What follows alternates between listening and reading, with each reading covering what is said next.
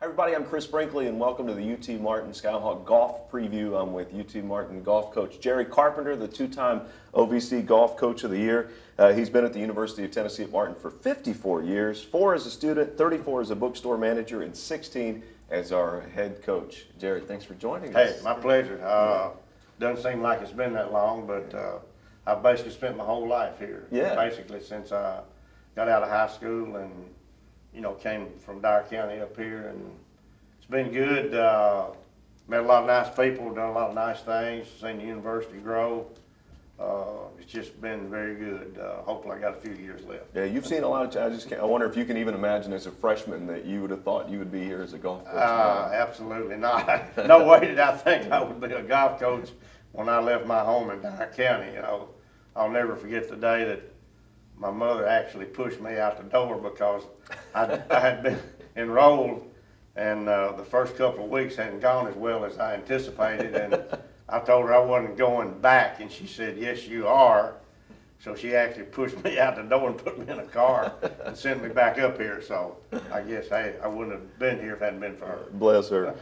Program certainly on the rise. The Rhodes Golf Center opened in 2013. First ever OVC championship was in 2016. And 3 straight OVC individual champions, 2015, 16, and 17. You've had a lot of success. Well, I've had some good players. And, that's been the thing that's really helped elevate our golf program. Of course, the Rhodes Golf Center, when we started that, that actually put everything into motion to where it actually helped recruiting and gave our guys an opportunity to practice and get better and improve. And so, everything else is a spin-off of that. So, we always got to thank Bill Rhodes and the University of Tennessee at Martin and the School of Ag and Athletics for helping make that possible. Let's talk about this year's squad. You have 1 senior, but you have a lot of experience coming back. I have. I thought about that earlier in the year when we started. I feel like I've got an experienced young squad, I guess you might say. I've got, everybody back. We lost 2 seniors, but all these other guys have played, and I got 1 freshman that's come in, and he's doing a very good job, and he's going to be a good player for the Skyhawks. 2 of the players we'll hear a lot about this year, Nick Wolf, the All-OVC sophomore, and your junior Ross Redmond, who ranked 8th in the OVC in scoring average last season. They're 2 very good players. Nick was a freshman, and Ross was a redshirt sophomore, and he had a great year last year. Honestly, he should have been on the All-OVC team. He probably got edged out by a vote or 2, but he had a great year. He's a fine young man, and he just got through about 4 weeks ago, finishing 2nd in the state amateur. So that was quite an accomplishment. And they'll probably be the leaders of our team, and then followed by our other guys who also had good summers and played a lot of golf, and they'll all pitch in and hopefully have a good team. Yeah, the thing you have this year with your depth, it makes it extremely competitive, which will make everybody better, hopefully. I do. I feel like that we've got 8 guys, and it's going to be a battle for spots number 4, 5, and 6. Really, to be honest with you. So it's going to be a lot of competition. They'll all be playing tournaments this year, so they'll all have a chance, and we'll narrow it down to the 5 for the OVC at the end of the year. You've been working on that the last couple of weeks. How's the qualifying working? We have. It's gone well. The way golf goes, you can't start practice till September the 1st or till school starts. And so our school starts late, and it's always 2 or 3 days before you can do anything. So that only leaves about 8 or 9 days to get ready before our first tournament. And so we've just gone through 6 rounds of qualifying on 5 different golf courses in 6 days back to back, and it's been hot, and it's been a pretty good grind, and we play all during Labor Day. One young man had a death in the family, and he's got 1 more round to play today, and he's competing for 4th, 5, or 6th slot right now. So It's going to be that close, and it wouldn't surprise me if we don't have a playoff between 2 of them.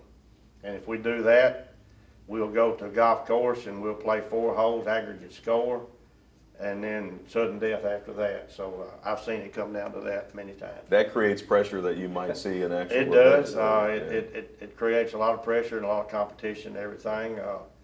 My freshman that I have, I'd like to brag on him, Sheldon Barina. He qualified for the U.S. Amateur at Balderstraw this year. He shot 65 at Old Fort in Murfreesboro, and he's really been our #1 qualifier through these 6 rounds of golf. So he's had a very, very good beginning, and he's going to be a good player for us along with our other players. I'd like to mention my senior, Cameron Smith.